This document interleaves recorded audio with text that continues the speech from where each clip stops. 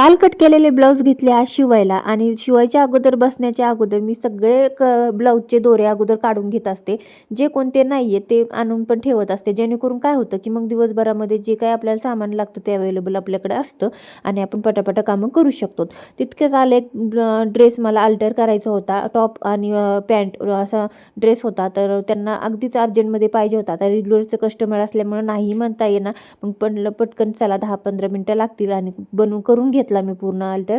अगदीच मला 10 मिनटामध्ये होऊन गेला आणि त्याच्यानंतर मग दुसरे ब्लाऊज शिवून घेतले आणि आज मी 6-7 ब्लाऊज शिवले आणि त्याच्यानंतर मग हे अशा पद्धतीने नंतर दुसरे एक ब्लाऊज डिझाईनचं होतं ते पण शिवलं. पण त्या अगोदर आहे ना सगळे ब्लाऊज आधी सिंपल गळ्याचे शिवून घेतले आणि त्यानंतर डिझाईनचं घेतलं ब्लाऊज, कारण डिझाईनला थोडासा आपला वेळ जास्त लागतो, 20-25 मिनटं. तर सिंपल डिझाईन होती, काय जास्त वेळ नाही लागला, पण पसारा भरपूर झाला. तर ते पसारा मला सगळं आवरायचं आहे, कारण हे लेसाचे बंडल वगैरे.